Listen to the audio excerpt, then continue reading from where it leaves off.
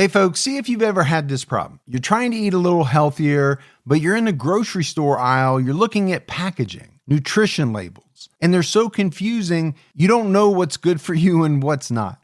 Well, this is why I love Thrive Market, my go-to online grocery store for getting all of my healthy essentials delivered, and I don't even have to leave my couch. Finding better options for the whole family is easy with Thrive Market's Healthy Swap Scanner. Just scan a product and it instantly recommends healthier swaps. This is how my wife and I found our new favorite snack, IQ bars. Sometimes I eat one in the morning with my coffee, sometimes just later on in between meals. They also have so many on-site filters that make it simple to shop by the needs of everyone in the family. Maybe you have someone who needs gluten-free food, somebody that has a peanut allergy. Well, no more scouring ingredient labels when you can just filter it all on Thrive Market. My wife and I often use the high protein filter to stock up on things like Sieti chips. Ready to make the switch? Go to thrivemarket.com/TCAT for 30% off your first order, plus a free $60 gift. That's THRIVE market.com/TCATT, thrivemarket.com/TCAT.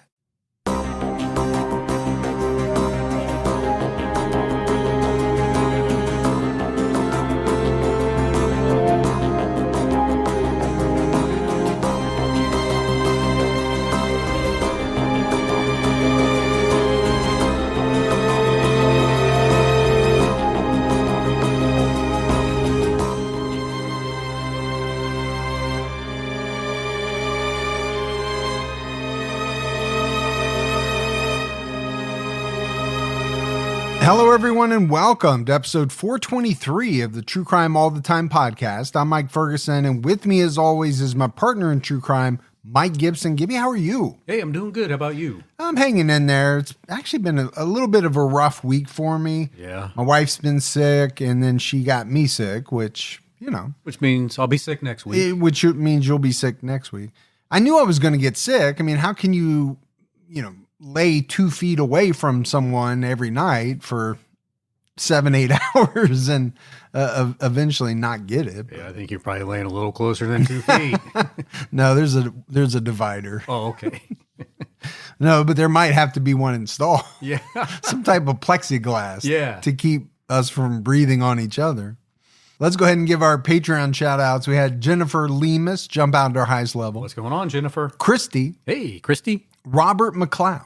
Ah, Roberts. Jill Roscom. Hey, Jill. Spiffy jumped out to our highest level. Good old Spiffy coming through. Claire. Hey, Claire. Nikki Geddes Thompson. Well, thank you, Getty. Brandon Kalau. What's going on, Kalau? Christina Sorn. Hey, Christina. Kylie Joe. Well, I appreciate that, Kylie. And last but not least, Victoria Summer. Hey, Victoria. Yeah, so we appreciate the new support. And then if we go back into the vault, this week we selected Taylor Aylesworth. Well, thanks, Taylor. Yeah, appreciate all the support that we get.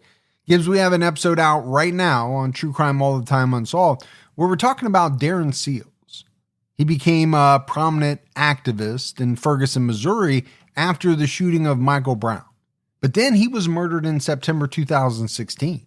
So, in the episode, we really dive into kind of the, rumors, speculation, theories around why he was killed. Was it because of his activism?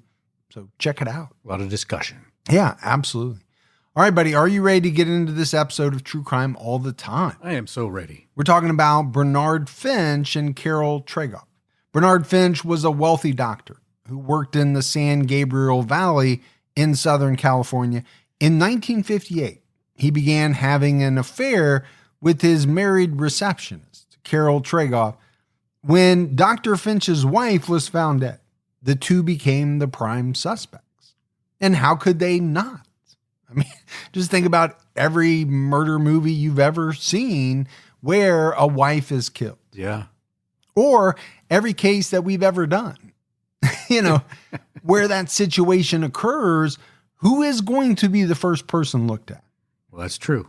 It's going to be the husband or the partner. The spouse. Yeah. Add on top of that, the revelation, when it comes out that the husband is having an affair. Okay, ding, ding, ding.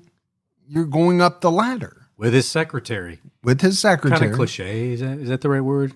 Yeah. The old having an affair with a secretary. Yeah, old movie trope, if you want to say that. Old trope. I like that. You like that word? I do. Bernard Finch was born on January 7th, 1918 in Los Angeles, California. His family had lived in Southern California for generations. His father was a retired optometrist who owned a local jewelry store. So, okay, maybe he was born into a little bit of money. Maybe. You'd be fun at that.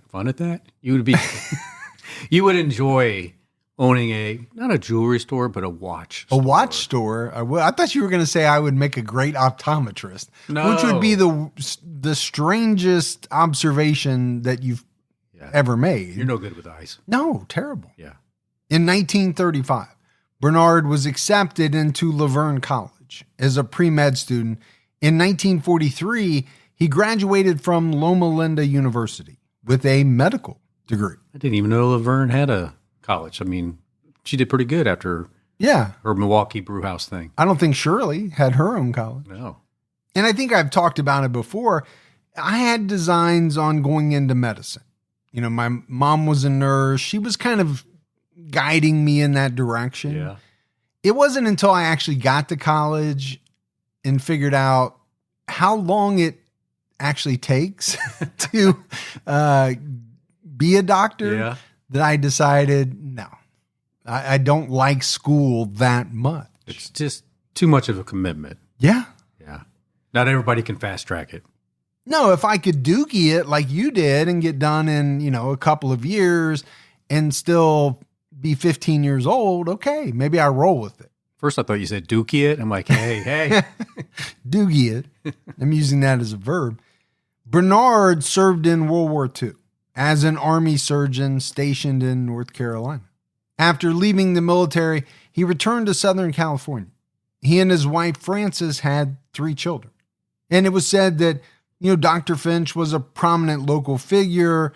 He participated in tennis tournaments, gave lectures about cancer at local churches, sponsored a girls' softball team, and put his name on ads for Richard Nixon's congressional campaign. Pretty active, it sounds like. Yeah. So, we're talking about the 1950s here. And even before that. This is obviously before Nixon, became president. Yeah. He was from California, was a congressman in California. There was a scandal when Bernard divorced his first wife to marry 24-year-old Barbara Doherty. He met her in 1947 when he delivered her daughter, Patty. Barbara and her husband, Lyle, also lived next door to the Finches in Baldwin Park. Bernard hired Barbara to work in his medical office, and they began an affair. Okay, so we got a lot to unpack here. Well, I'm first just thinking about how they met. The first time is when he was delivering their baby. Yeah, so you're seeing someone at their most vulnerable. Yeah. I'll leave it at that. It's something that I have seen twice. Not something that I would really care to ever see again. Right. Now, the miracle of childbirth is amazing. Beautiful, man. But what happens during it, is a lot to take. Yeah. And it's all your fault. But, he's a doctor. He's 29 years old. He and his wife have 3 children. And he divorces her to marry his next door neighbor after he delivers her baby. I think I want to get to know you better. I really like how you delivered that baby.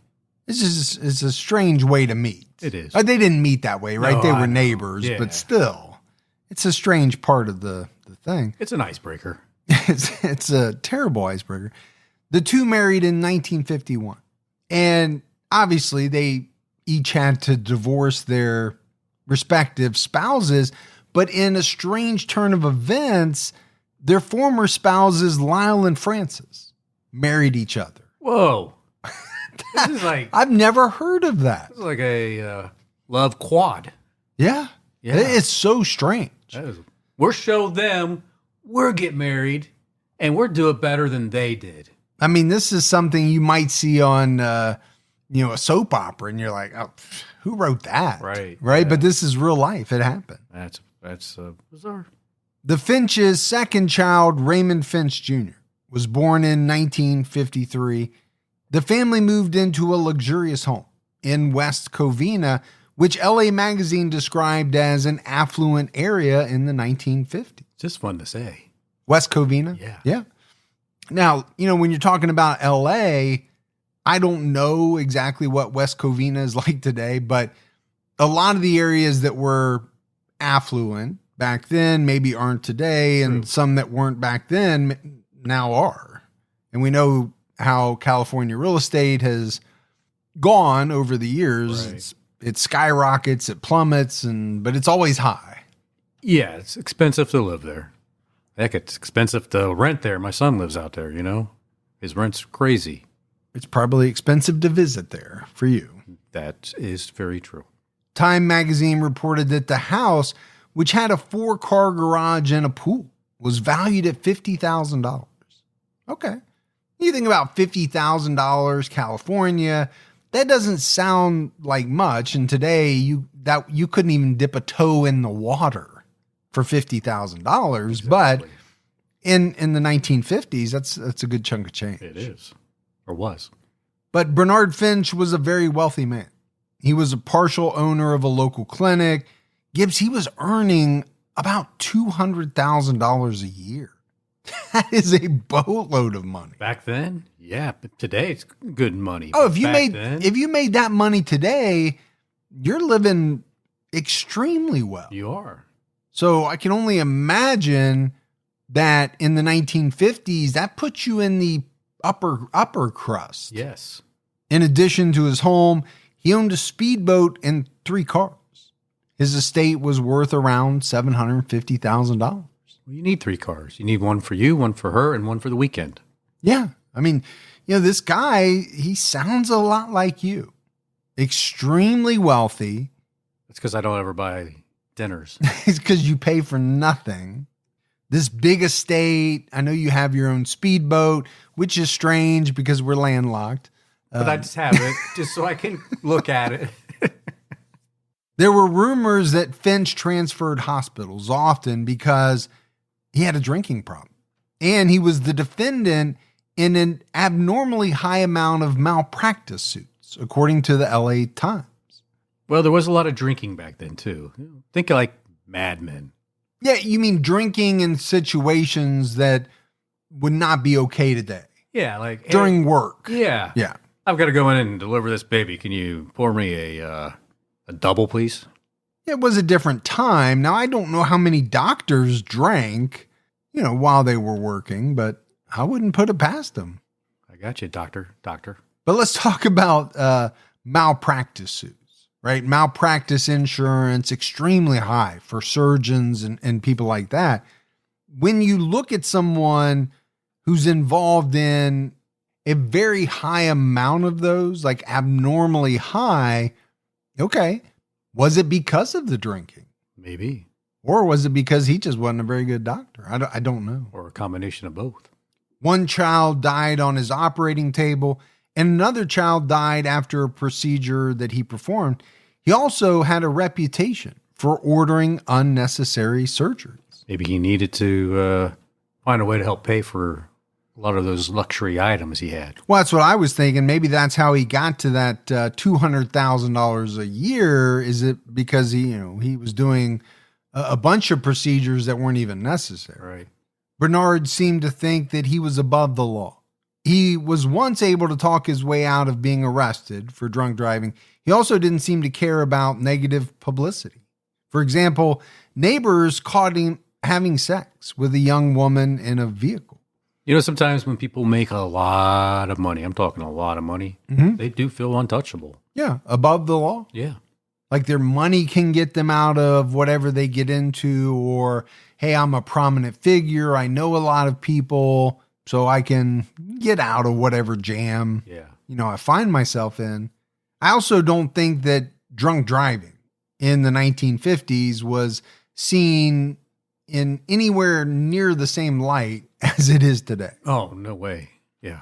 I don't know if I've told this story, but I remember being a kid in like the late 70s, maybe even early 80s, taking rides with my friend's dads. You know, me and my friend were in the backseat, dad's driving, and there was always a tumbler. Yeah. There was Something. there was a to-go drink. Yeah. And it was being consumed while they were driving tots around. They always call those their travelers. Yeah, traveler. Yeah. I always thought it was funny with the one dad that always had his 6-pack, but he had one he just pulled the tab and was drinking it, was driving you around, knowing that I'm assuming he was going to drink all those before he got home. Oh man, I don't know. Around 1957, 41-year-old Bernard began an affair with his receptionist, Carole Tregoff, who was just 22 at the time. So, we're seeing a pattern here, right? He's married. He meets someone else. She's a little bit younger than him. Not obviously the age difference that we're seeing here, but maybe he's viewing her as a better, younger version of what he's looking for. Yeah. And so he divorces his first wife, marries her. And what do you think is going to happen when a person is like that? Most likely going to happen again. Do you not think that they're going to trade you in? Yeah. At some point? I mean, clearly he had a problem keeping his you-know-what in his pants. Mm-hmm. Yeah. And by you-know-what, you mean his handkerchief? Yeah, that thing. Oh, okay. Yeah. Carole was married to a man named Jimmy Papa, whom she had known since she was 15. Jimmy joined the military while waiting for Carole to turn 18 so they could get married. After the wedding, they purchased a house in La Puente. Both of them had to work to pay the bills. Jimmy worked different jobs and in his spare time enjoyed bodybuilding and posing for Muscle magazines. And there are some videos of him out on YouTube. He was a big guy. Yeah. You think about the 50s, you think about the California scene, Venice Beach. I don't know when all that got started. Obviously, Arnold came along and kind of really popularized it, but it started out in California way before then. Yeah, back then they had all those big muscle guys doing all those gymnastic moves, like lifting each other. Did you say gymnastic or chipnastic? No, gym. Okay, because that sounded strange. But lifting each other's body weight over their heads on the beach and doing those weird poses. And you're calling that gymnastics? I don't know, calisthenics. I don't know. What do you want to call it? What do you want to call it is really the question. A little too close for comfort for me. I don't want you to stand on my shoulders with just a bikini brief bottom on. Well, that's where I was going to go. It's not like you're wearing jogging shorts down to the knee. I mean, these are nut huggers extraordinaire that these guys were always wearing. And was that necessary? And there's a level of confidence that comes with that. I get it when you're on stage, you're trying to show off every muscle, so they just wear the little skimpy thing. Yeah.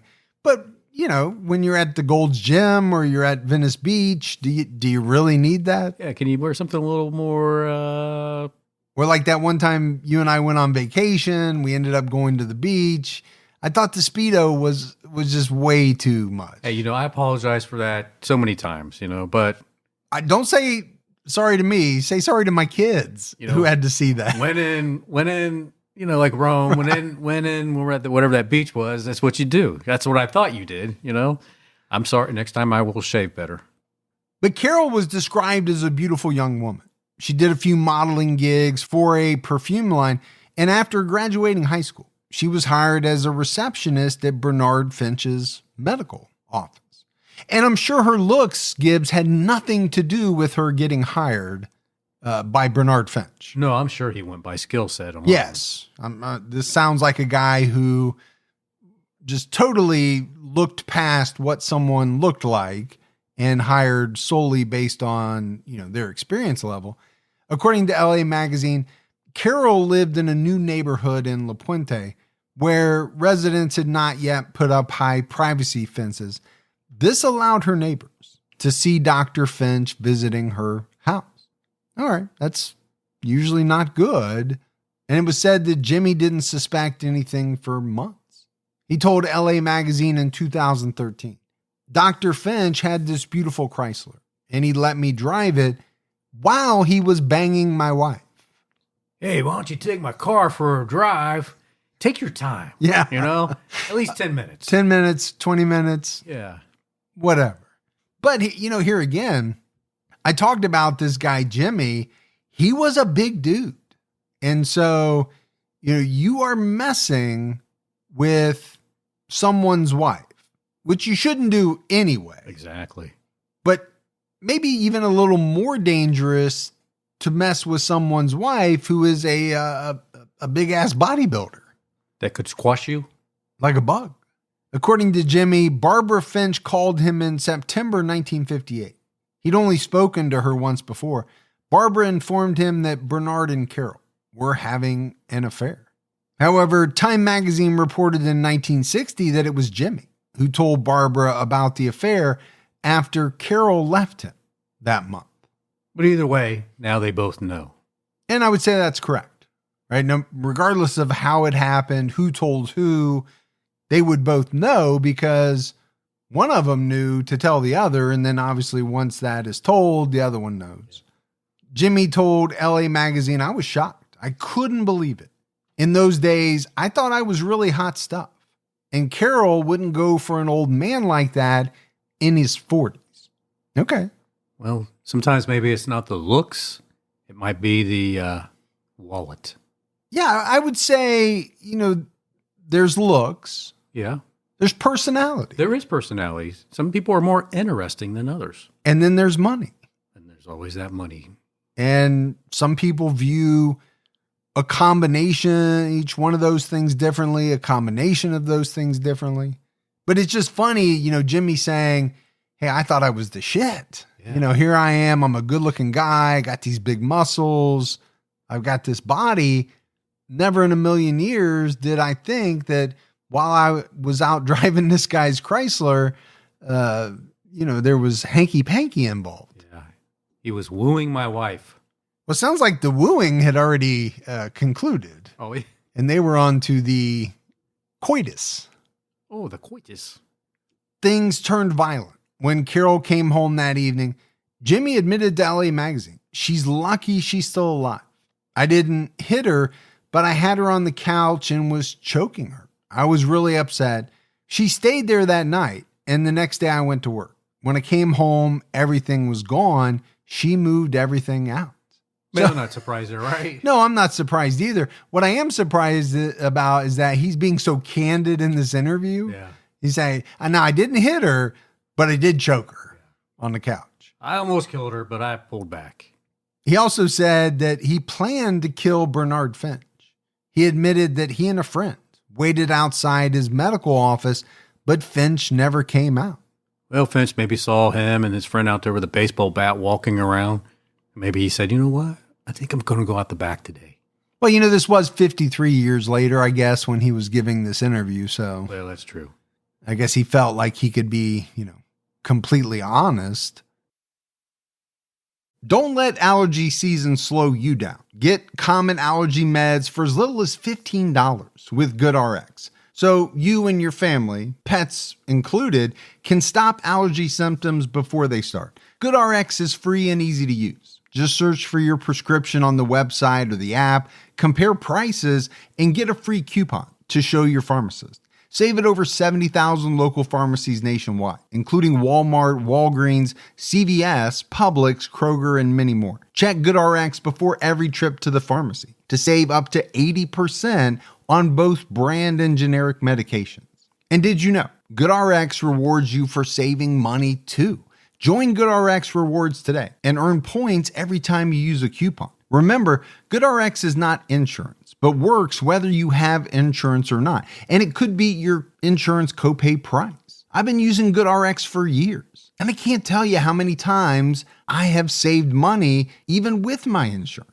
Stop allergies before they start and save big on allergy medications this season with GoodRx. Go to goodrx.com/TCAT. That's goodrx.com/TCATT. Once the temps start rising, I realized I was back in the same worn out rotation. Same tank, same shorts, same everything. So I gave my daily uniform an upgrade with Quince. Their pieces are easy, elevated, and somehow make me feel more put together without even trying. Like they're 100% European linen shorts and dresses from $30.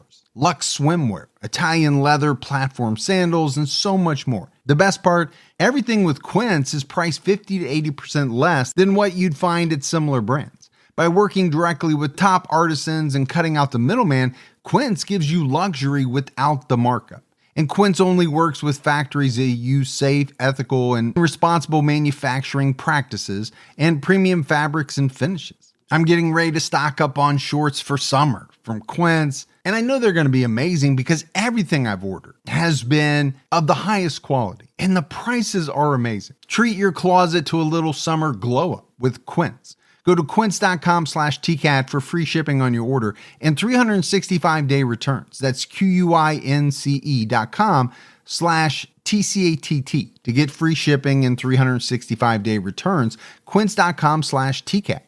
Want to pull off the season's freshest trends? You just need the right shoes. That's where Designer Shoe Warehouse comes in. Loving wide leg jeans?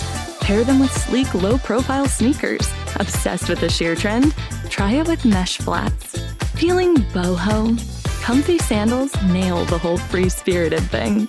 Find on-trend shoes from the brands you love, like Birkenstock, Nike, Adidas, and more at DSW. By January 1959, Carole had a divorce decree and planned to marry Bernard, who was still married. Barbara was aware the affair was ongoing and filed for divorce on May 20th. So, we said she was aware, whether she told Jimmy or Jimmy told her, she obviously was aware of it. And it doesn't sound like, Bernard Finch was going out of his way to hide it. Yeah, and I'm just wondering if Bernard's first wife was like, there you go, Barbara. You get what you deserve because you did it to me. Now she's doing it to you. Maybe. That's quite possible. Just 5 weeks earlier, Barbara signed a will leaving the majority of her estate to her husband. Bernard moved out of the house and a judge granted Barbara control of almost all their assets. She had to approve every withdrawal Bernard wanted to make from their joint account. She was also going to be awarded the majority of the estate in the divorce settlement. That's pretty large. Well, we talked about, how much money he was making, how much the estate was worth. Now, you think about a guy like Bernard Finch, and I think you said it, right? This is a guy who, for the lack of a better term, thought he was the shit. He's making a bunch of money. And you get to the point where a judge says, your wife, who, you're going through these divorce proceedings with, has to approve every withdrawal you make. Yeah. I think for a guy like that, it's not going to go over well. Not at all. And then on top of that, the thought about losing the majority of your estate in a divorce, probably not going to sit well with a guy like that either. No. I'm guessing maybe his influence was not as good as he thought it was. Maybe this judge just didn't like him, or maybe this judge was like, hey, did you used to hang around my wife? Well, basically what it did is it put Bernard, in a dire financial situation. He had just opened the West Covina Clinic and Hospital with a group of physicians and purchased land to build and rent out offices.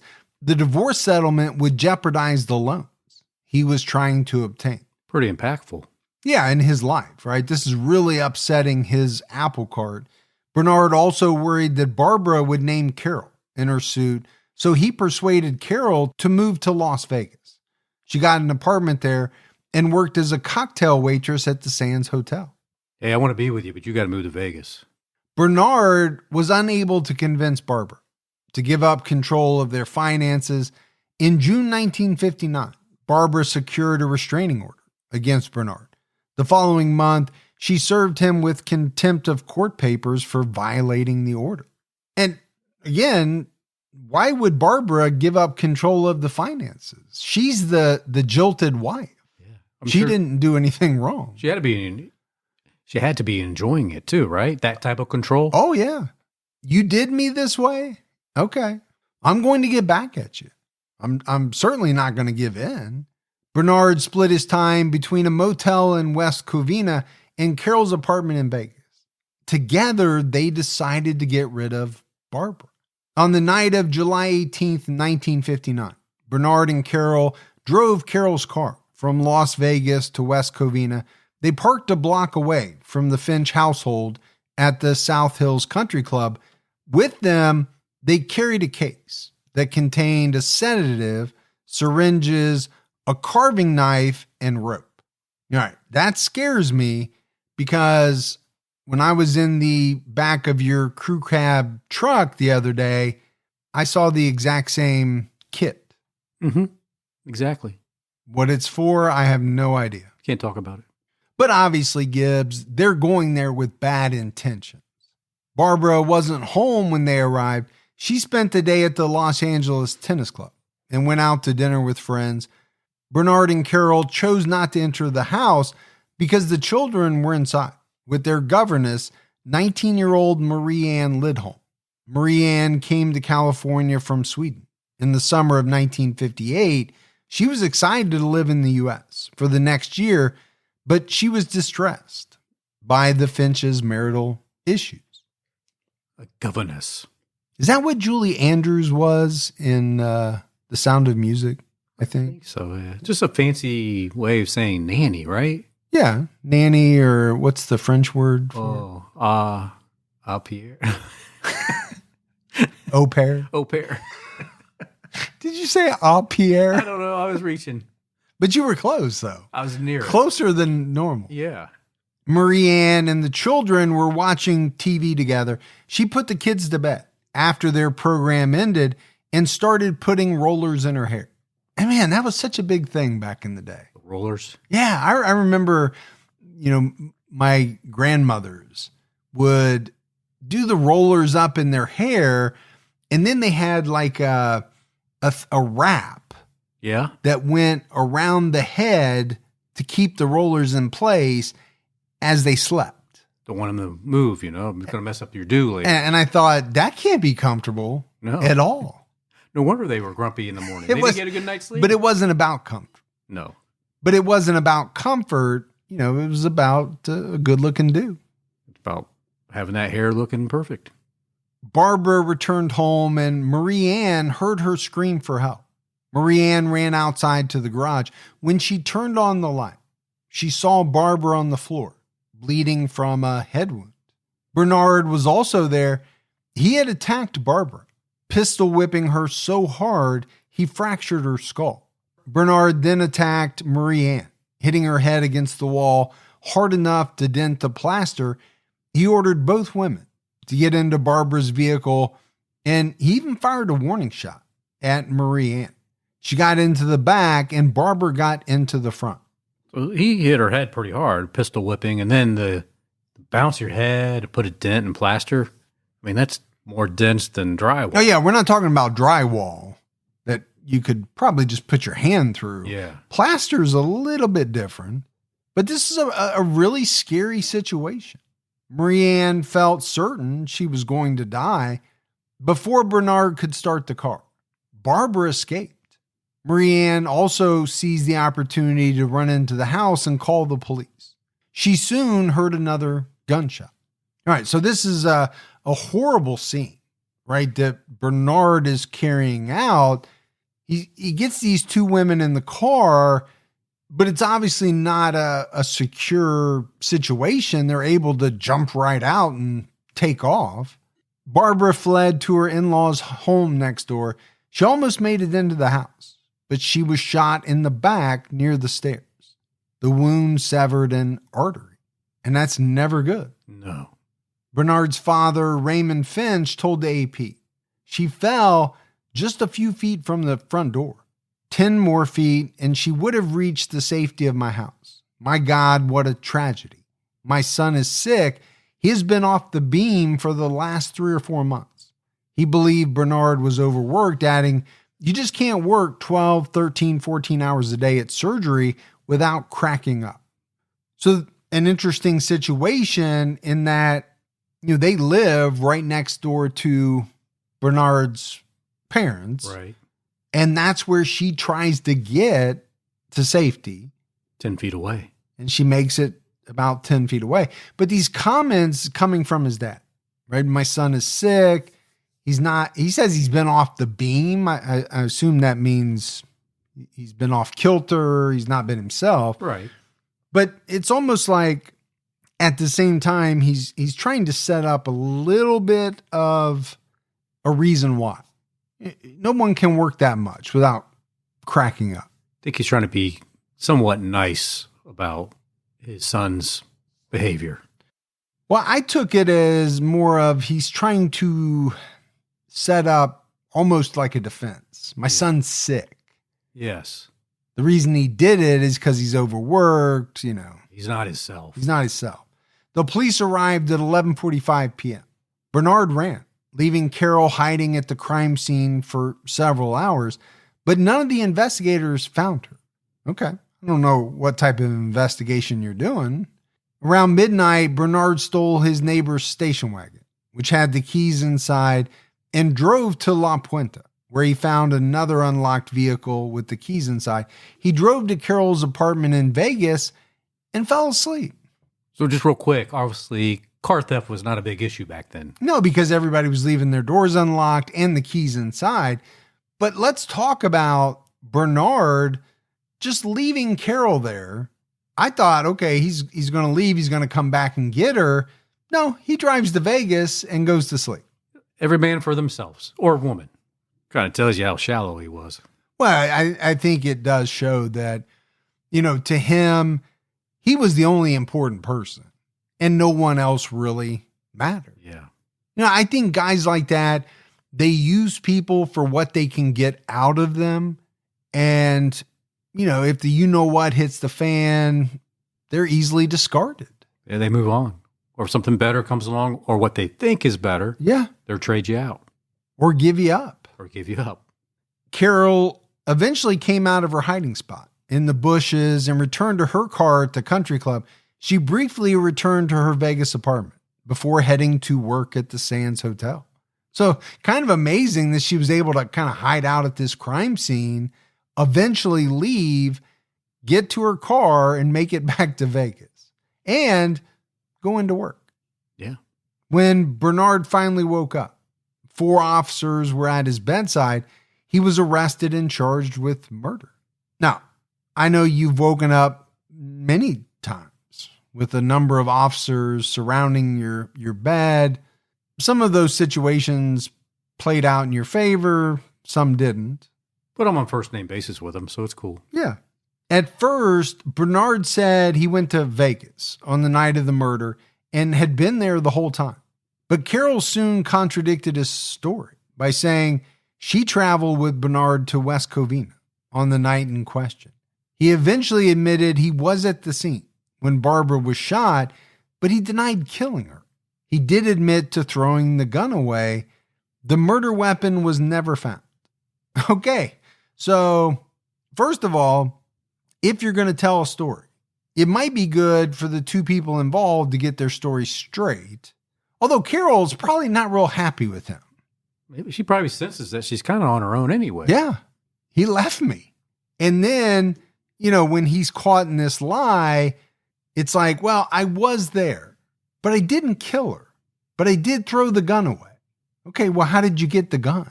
Why did you have the gun if you didn't do the shooting? Why did you feel like you needed to throw it away? He and Carole told the authorities they visited Barbara to try to persuade her to move to Las Vegas for 6 weeks so they could qualify for divorce. Carole claimed Barbara pulled a gun on them during a fight with her husband, and she fled. She heard a gunshot in the distance. Oh, it's my favorite. The stories that defendants come up with. Can't tell the truth. No. Because the truth is going to land you in jail. But I'm smart enough, right? I can craft a story that the police are going to buy hook, line, and sinker. And eventually, if it comes to it, a jury will believe it and I'll get off scot-free. I'm just going to say instead of him pulling the gun out, she pulled it out. And maybe they concocted that together. Maybe Carole did on her own. I don't know. The preliminary hearing started on July 27th. Carole testified about the affair and the events of July 18th.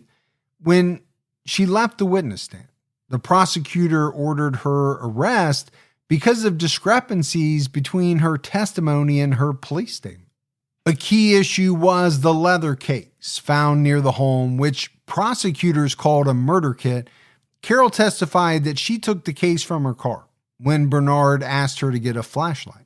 She claims some of the contents of the case were household goods Bernard purchased for her, and he always carried weapons when he had narcotics with him. Okay, so let's add that into the mix. We have to explain this murder kit. So let's say that Bernard's got some narcotics with him, which maybe he did. As a doctor. However, the prosecutor argued per the AP. She read in the newspapers about the murder kit and decided she had to account for it. In the previous questioning, the bag was never mentioned. It's quite apparent now when you take the entire picture of evidence and the relationship between the pair that her testimony shows an active participation in aiding and abetting in this murder. These changes in testimony in themselves show a concert of action between Miss Tregoff and Dr. Finch. I am satisfied they conspired together and that she aided him in committing the crime. I believe their plan was to tie Mrs. Finch with rope, give her an injection of sedative, put her in her car, and push the car off the cliff in front of the Finch house. And pretty rough to get up there and testify and immediately be arrested and I think charged with murder because of what you said on the stand. But she got caught kind of in a lie. Yeah. I mean, that's what the prosecution thought. The murder trial started on January 4th, 1960. Bernard hired prominent attorney Grant Cooper. Carole's father spent his life savings to hire famed Hollywood attorney Jerry Geisler. They both expected to be acquitted and planned to get married afterwards. Don't worry, baby. We'll get through this, and I'm going to marry you, and we're going to have a wonderful life together. Well, it sounds like they both had top-notch attorneys. Obviously, Bernard had the money, right, to hire whoever he wanted. Carole's father spent his life savings. How sad is that? And well, it's extremely sad. But, what would you do for your kids? Oh, absolutely. Would you spend every last dime you had if you thought they were innocent to keep them out of jail? A lot of parents would. I'd represent them myself. And that would be a huge mistake. But it was said that, this entire trial was a media circus. And media circus in the 1950s. Right? We're not talking OJ, but maybe the equivalent of that in the 1950s, which obviously was far less. Yeah, but it's still LA, right? It's going to have a lot Yes. And you have this guy who's wealthy. You've got cheating, scandal, a woman killed. As reported by LA Magazine, Bernie Finch didn't look like a man facing the gas chamber. He smiled and chatted in court with appreciative writers, allowing his photograph to be taken with cops who'd asked him to pose with them. Yet most reporters were in love with Finch's co-star. To them, Carole Tregoff was a dreamy-eyed romantic whose only crime, as her lawyer would tell the jury, was that she was a girl in love. So these reporters were smitten with Carole. She's just innocent, just in the wrong place at the wrong time. But can you imagine cops asking to pose for pictures with a murder defendant? No, not today I wouldn't, but who knows what happened back then. I just told you what happened back then. You said, who knows? We know. We know. Because I just told you. We all know. And all they know now, too. Even the smallest step forward can make a big difference in your financial future. When you open a Chime checking account, you're one step closer to a better financial future with no maintenance fees, fee-free overdraft up to $200, or getting paid up to 2 days early with direct deposit. Making progress has never been easier. I think we've all been in that position where we've had an overdraft. Well, with Chime, you can overdraft up to $200 with no fees. That's amazing. And they have over 50,000 fee-free ATMs. Make progress towards a better financial future with Chime. Open your account in 2 minutes at chime.com/TCAT. That's chime.com/TCATT. Chime feels like progress. Banking services and debit card provided by the Bancorp Bank N.A. or Stride Bank N.A., members FDIC. Spot me eligibility requirements and overdraft limits apply. Fees apply at out-of-network ATMs. MyPay eligibility requirements apply. Credit limits range from $20 to $500. $2 fee applies to get funds instantly. Crime checking account required. Go to chime.com/disclosures for details. Hey, listeners. It's Leon Nafok. I'm here to tell you about a brand new series from me and Prologue Projects, an Audible original series called Final Thoughts, Jerry Springer, the story of a television show that changed the world and the man who gave it his name. But did you know that before the Jerry Springer Show made him notorious all over the world, Springer was something else entirely? A respected Midwestern politician, the progressive mayor of a major Rust Belt city, a man many saw as a future leader in Democratic politics. How did this idealistic rising star, with his lofty political ambitions, take a turn in such a radically different direction? You can find the whole series available now on Audible. Just search for Final Thoughts, Jerry Springer on the Audible app, or go to audible.com/Springer. True Crime All the Time is sponsored by BetterHelp. You know, folks, therapy can feel like a big investment, but let's think about the state of your mind. It's just as important as your physical health. Traditional in-person therapy can cost anywhere from $100 to $250 per session, which adds up really fast. But with BetterHelp Online Therapy, you can save, on average, up to 50% per session. With BetterHelp, you pay a flat fee for weekly sessions, saving you big on cost and time. And you get quality care at a price that makes sense and can help you with anything from anxiety to everyday stress. Your mental health is worth it, and now it's within reach. I've used the BetterHelp service for years, and I love the fact that, I can connect with a therapist in a comfortable spot in my home on my laptop. With over 30,000 therapists, BetterHelp is the world's largest online therapy platform, having served over 5 million people globally. Your well-being is worth it. Visit BetterHelp.com/TCAT today to get 10% off your first month. That's BetterHelp, HELP.com/TCATT. Deputy DA Fred Wichello told the jury that Bernard didn't want to divorce Barbara because she stood to inherit most of the estate. He and Carole hired a man named John Patrick Cody to murder her. When he failed to act, they decided to do it themselves. A 3-name killer. John Patrick Cody? Yeah. You know the man's a murderer. But he didn't, according to the DA, right? He didn't carry it out. But what I want to talk about here is the fact that Bernard would rather have Barbara dead than divorce her, because for him, it would be much better financially. Now, this wasn't the first case, I'm sure, where that happened, but how many current cases have we talked about that where the motive was pretty much exactly the same thing? Yeah. It's about the money. And she signed that life insurance not too long before she was murdered as well. Well, it's all about guys wanting to have their cake and eat it too, and just not really caring about anything other than what is best for them. Carole's initiative in the murder plot and her insistence on visiting Barbara as soon as possible caused Wichello to characterize her as a latter-day Lady Macbeth, the real aggressor and instigator in this crime. Lady Macbeth. Wow. Pulling in some Shakespeare there. Yeah, it's also interesting that she goes from not being charged with murder to being charged, but also now being called the instigator of the whole thing. Yeah. I personally probably would use a Milton or a Homer reference instead of a Shakespearean reference, but, to each their own. Yeah.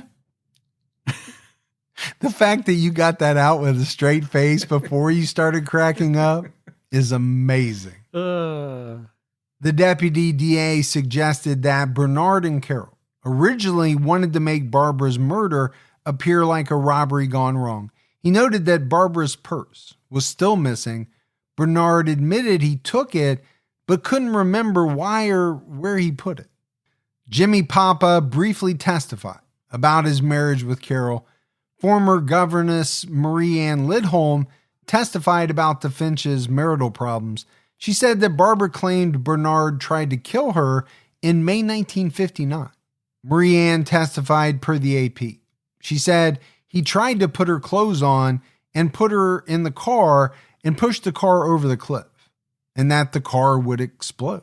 She was very upset. She cried. I never saw her cry before, and she had a bandage over her eyebrow. She showed me blood on the sheets in the master bedroom. She told me, my husband tried to kill me last night. She said Dr. Finch took her to the medical center to sew the cut up. Wonder how that plays out. Honey, I know I tried to kill you last night. It didn't pan out, but you have a cut above your eye. Let's go to the medical center and I'll go ahead and take care of it. And then we'll just go on as normal. Yeah. Well, according to Marie Ann's testimony, Barbara said that if she contacted police, Dr. Finch said to her he had somebody in Las Vegas he could hire and kill her, and he would pay him. So that might explain why she didn't go to the police, although I'm sure she was terrified. I'm sure the fear was there. Marie Ann wrote a letter to her mother in May 1959, which was read in court. In the letter, she recounted Barbara's claim that Bernard had beaten her twice. Time magazine published the following excerpt. Mrs. Finch told me everything.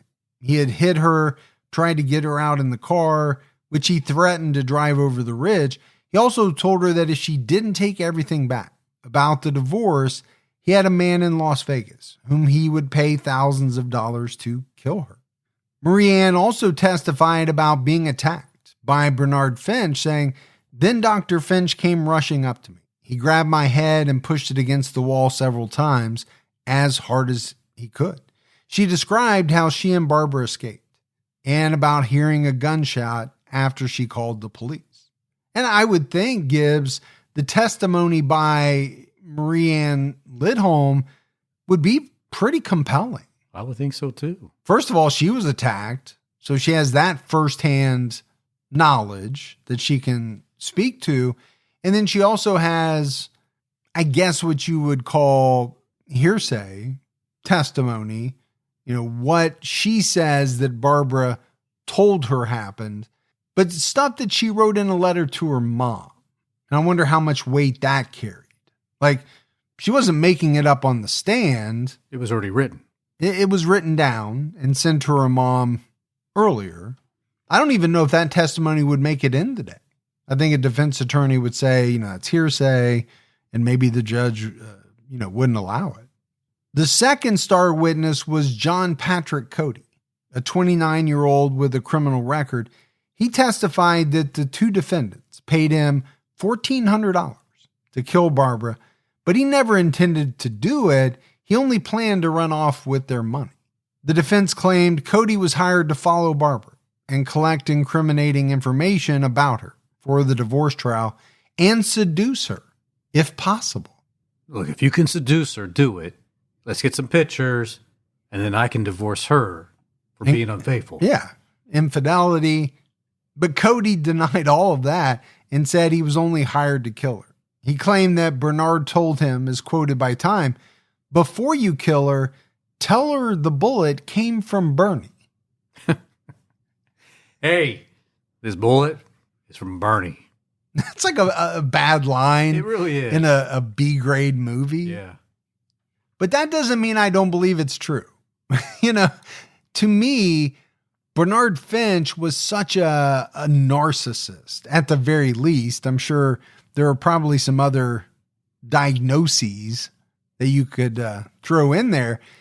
it wouldn't surprise me that he would want her to know, hey, I'm not doing it myself, but this came from me. I can hear him saying that. Yeah. Cody also testified that Bernard told him he would kill his wife if he had to, saying the job's got to be done. I'm going to do it. He claimed he met Finch on July 12th, 1959 at Carole's Las Vegas apartment and told a false story about a failed hit attempt. Bernard was angry and told him to go back and do it again. Cody said he needed money to buy another gun and secure transportation, so Finch gave him $102. Not 100, 102. Yeah, well, maybe the gun was 52 and the transportation was 50. I don't know. I just think it's kind of humorous to think about hiring a hitman who has no intention of killing the person. They're just going to get that money and take off. Yeah. Well, what are you going to do? Call the police and say, hey, I hired this guy to kill my wife and he ran off with my money. Well, there's been people who have done that, and it has not turned out well for them. It kind of reminds me of Jamie Foxx's character in Horrible Bosses. Yeah. He played a great character with the name that I don't want to say on the podcast, but in their opening statement, Bernard's defense argued that Barbara's frigidity after the birth of their son drove him to have an affair. Okay. That's part of their defense. He wasn't getting any sex at home, so, he started having an affair. I guess you have to explain it somehow. I guess. And it's not that couldn't have been true. It still doesn't make it right. No. Both defendants claim that Barbara pointed a gun at them. According to Bernard, the gun went off accidentally while he struggled with Barbara. Prosecutors noted that the evidence showed Barbara was shot in the back from about 4 feet away. It makes it a little bit hard to align with his story. But obviously, the two defendants had gotten together on this part, right? Barbara pointed the gun at us. There was a struggle. The gun went off. She was shot. Bernard got on the stand and went through each item in the murder kit. He said the items were part of a medical bag he created for surgical or poisoning emergencies. Prosecutors argued that the bag did not contain rubber tubing, normally associated with field treatment for poisoning, and it also contained .38 caliber bullets. Finch said the carving knife inside was a gift for Carole's apartment, and the rope was just a line for his new boat. So again, we talk about these cases and the evidence against someone. Well, all of it has to try to be explained.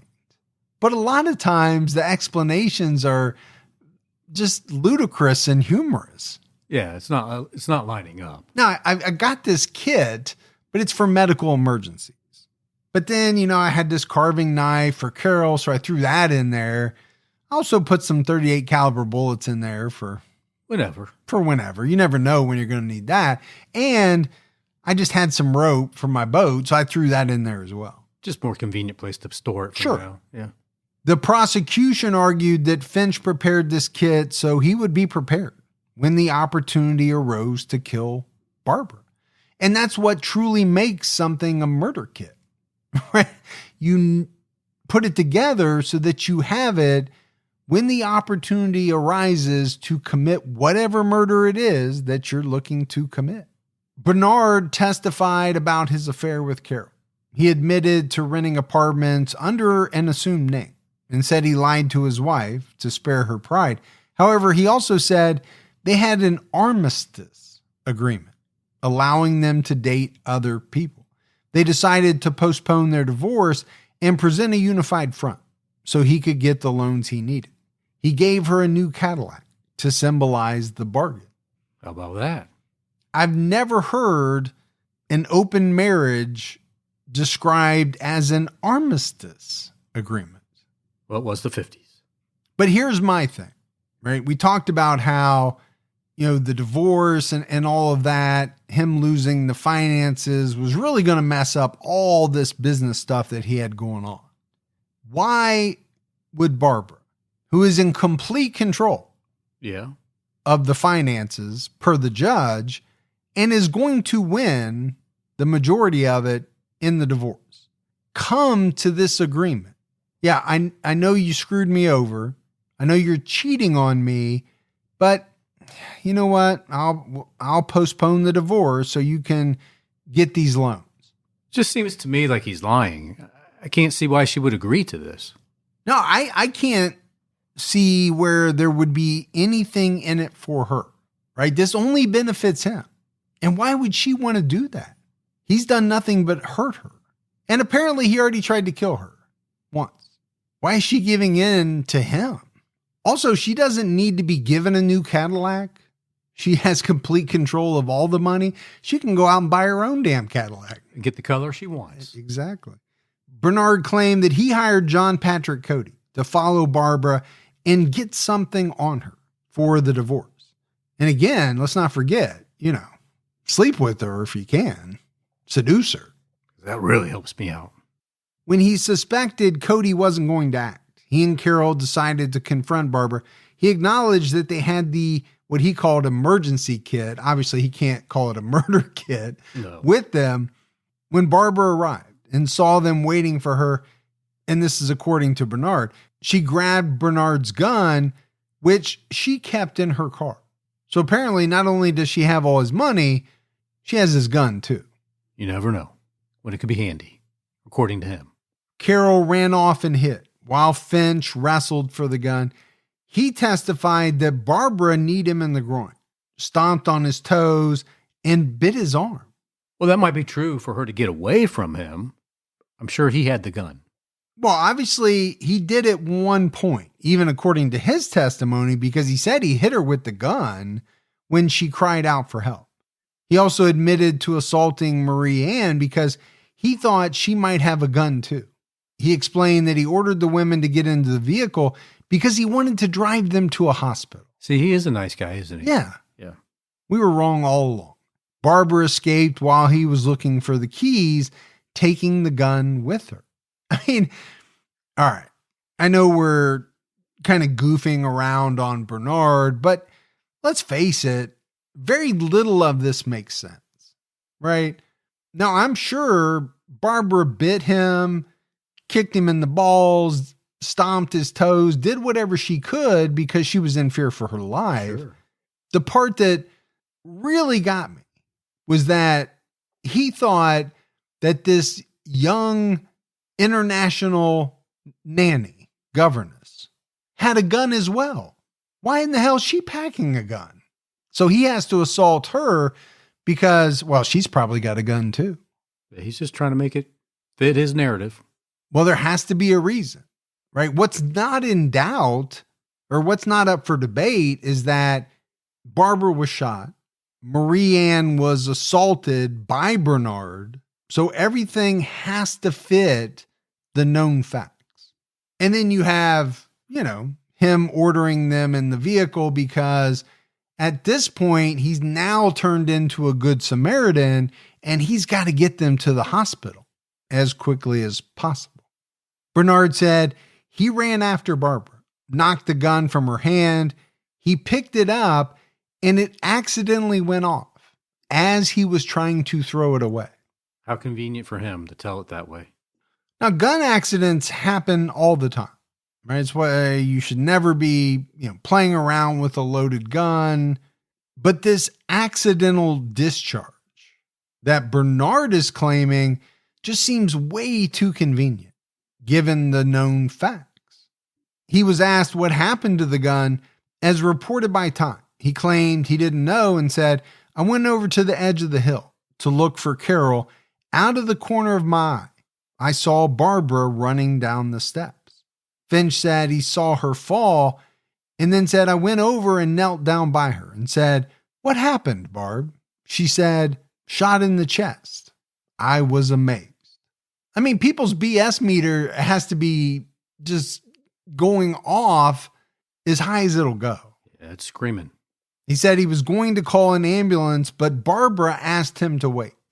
And that makes a lot of sense too, because, most people who are shot and feel as though they might be dying, They don't want the ambulance right away. No, wait a little bit. Yeah, maybe this will pass. Yeah, I mean, this is not indigestion. This woman is shot in the chest.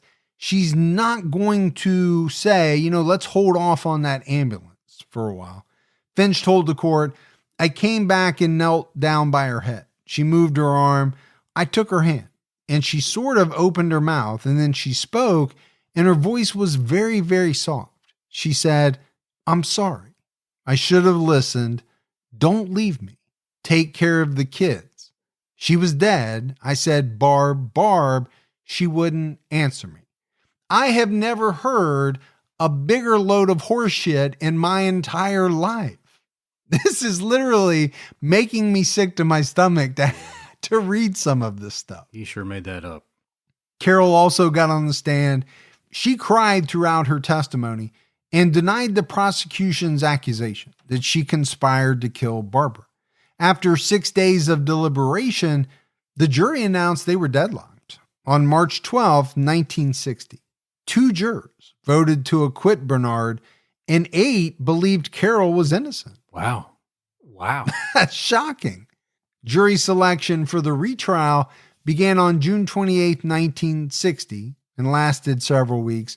After much of the same testimony, a second mistrial was declared on November 7th, 1960. The jury foreman said they believed one defendant was guilty, but they could not agree on the second. And I would have to assume that they believed Bernard was guilty, but they were not sure about Carole. Sure. The third murder trial opened on January 3rd, 1961. On March 7th of that year, Bernard Finch and Carole Tregoff were found guilty of first and second degree murder, respectively, and conspiracy to commit murder. So it took 3 different juries hearing what was reported to be pretty much the same stuff to come back with guilty verdicts. But they eventually got there.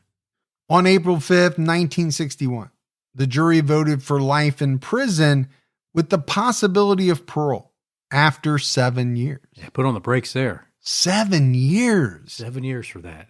And we mentioned the gas chamber. This was back when California was actually executing people. Carole lost her first bid for parole in 1968. But after 8 years in prison, she was released on May 1st, 1969. After 2 denials, Bernard was up for parole again in August 1971. An anonymous source told the LA Times he had strong chances of being released. Finch told the board he wanted to return to medicine and had a job offer in the East. In the 1970s, you could be a doctor with felony murder on your record And keep practicing. He was granted parole that month and was released from prison in December. Bernard relocated to rural Missouri and obtained his state medical license in 1974. Wow. That's shocking. It is shocking. Maybe that could happen today, but I highly doubt it. At one point, he was in trouble with state probation authorities for paying for his girlfriend's apartment. I guess back then you couldn't do that. I wasn't exactly sure what the problem with that was.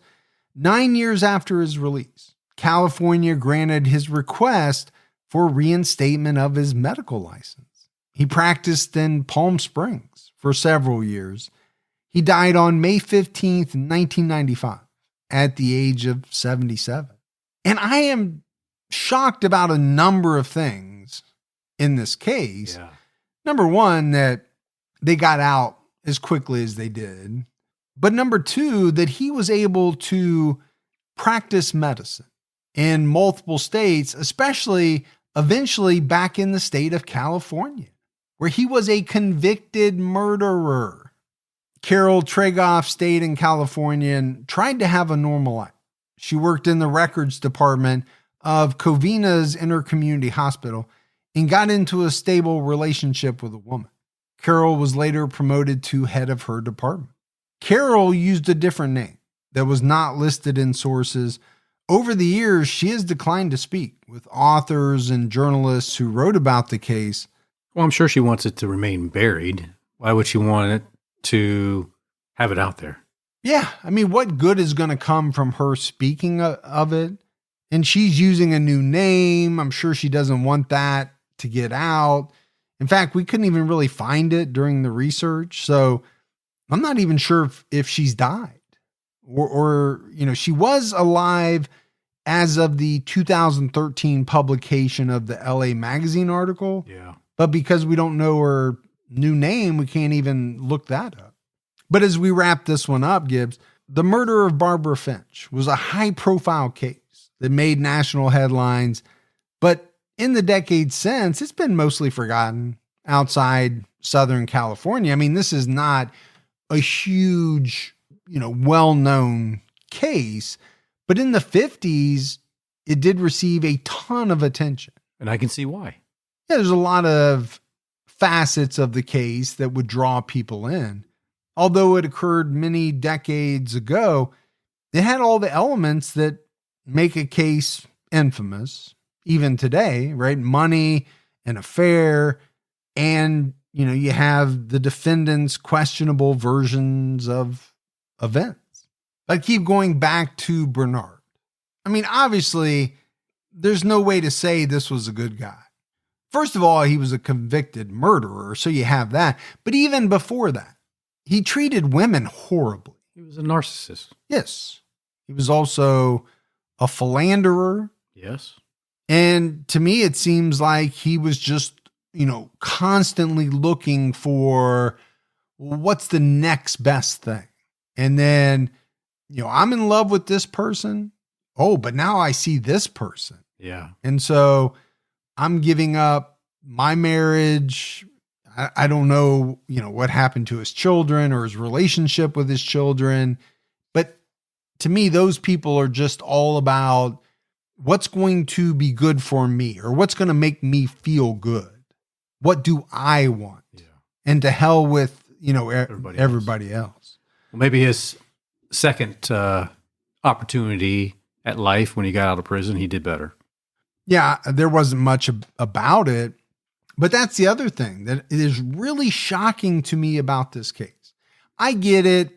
A lot of the cases that we've covered where the murders occurred in the 50s or so, some of the sentences weren't as long or people didn't spend as much time in jail. Right.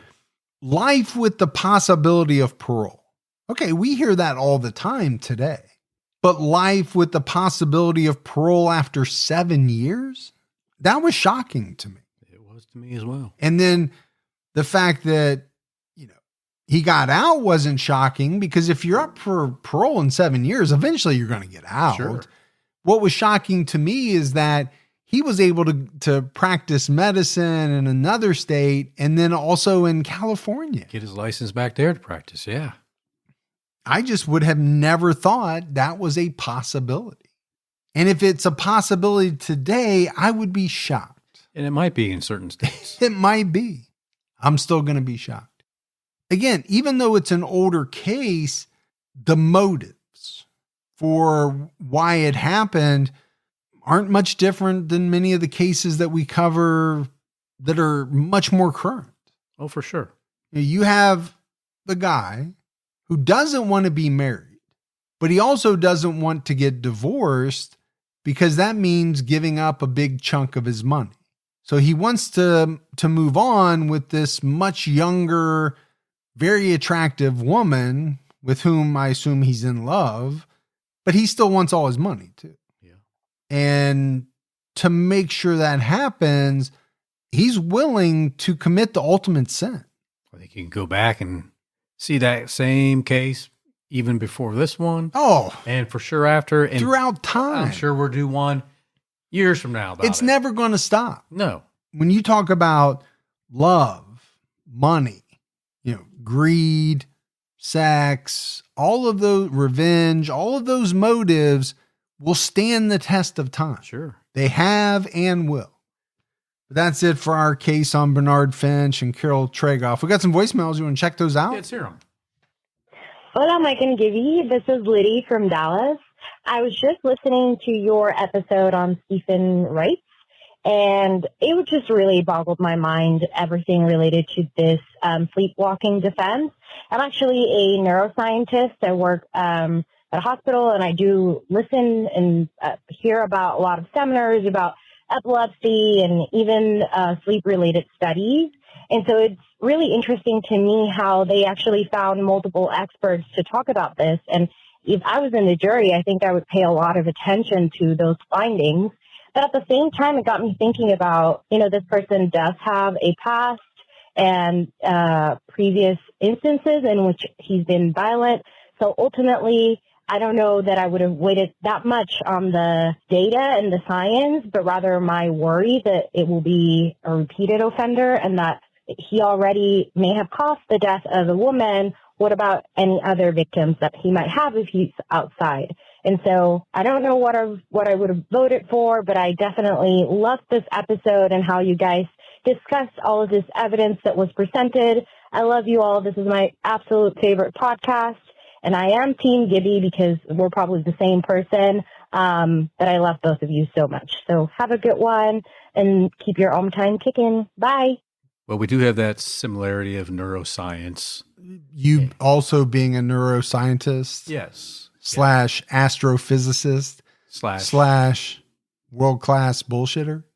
All the / above. Yeah. You know who's a lot of fun at a party? A neuroscientist. Mm-hmm. You can't even say the word scientist. How could you be a neuroscientist if you can't say the word scientist? It came out really fast. I couldn't stop it, But we love you. We do. And the one thing that I'm pretty sure of is there are a lot of Gibbies. We hear that time and time again. Gibby and I are so alike. And frankly, that scares me. I just saw that look on your eyes. It was like it really was a sense of fright. I'm just messing. I know so many people relate to you because you're the everyman, every person. Mensa, 172. This is Lori from outside of Kansas City, Missouri, and I had to go back and start listening to TCAT from the beginning because you guys won't produce 24-hour-a-day content. But it's just as good the second time around, and I have some advice for Gibby. If you can't say coincidence, you should say coinky-dink. Got a certain cachet to it. Keep your own time ticking. Bye. I mean, you could write a whole dictionary about, here's what the word really is. Yeah. Here's what Gibby should say. That is easier to pronounce and will come out, perfectly. Coincidence? Coinky-dink. Quinky-dink? That's just kind of fun to say. I actually like quinky-dink. I've heard people say that before. It might be hard for me to say quinky-dink. Since you just messed it up. What a coincidence that you can't say coinky-dink. Shocker. Oh, all right. I had fun with you this episode. But that's it for another episode of True Crime All the Time. So for Mike and Gibby, stay safe and keep your own time ticking.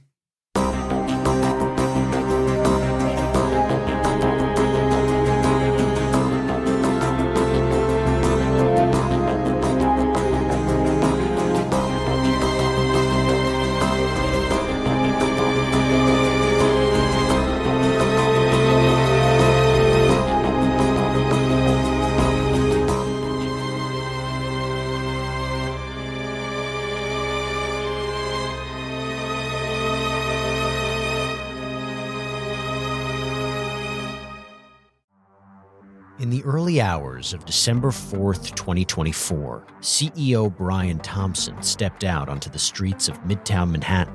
This assailant pulls out a weapon and starts firing at him. We're talking about the CEO of the biggest private health insurance corporation in the world. And the suspect, he has been identified as Luigi Nicholas Mangione, became one of the most divisive figures in modern criminal history. It was targeted, premeditated, and meant to sow terror. I'm Jesse Weber, host of Luigi, produced by Law and Crime and Twist. This is more than a true crime investigation. We explore a uniquely American moment that could change the country forever. He's awoken the people to a true issue. Finally, maybe this would lead rich and powerful people to acknowledge the barbaric nature of our healthcare system. Listen to Law and Crime's Luigi exclusively on Wondery Plus. You can join Wondery Plus in the Wondery app, Spotify, or Apple Podcasts.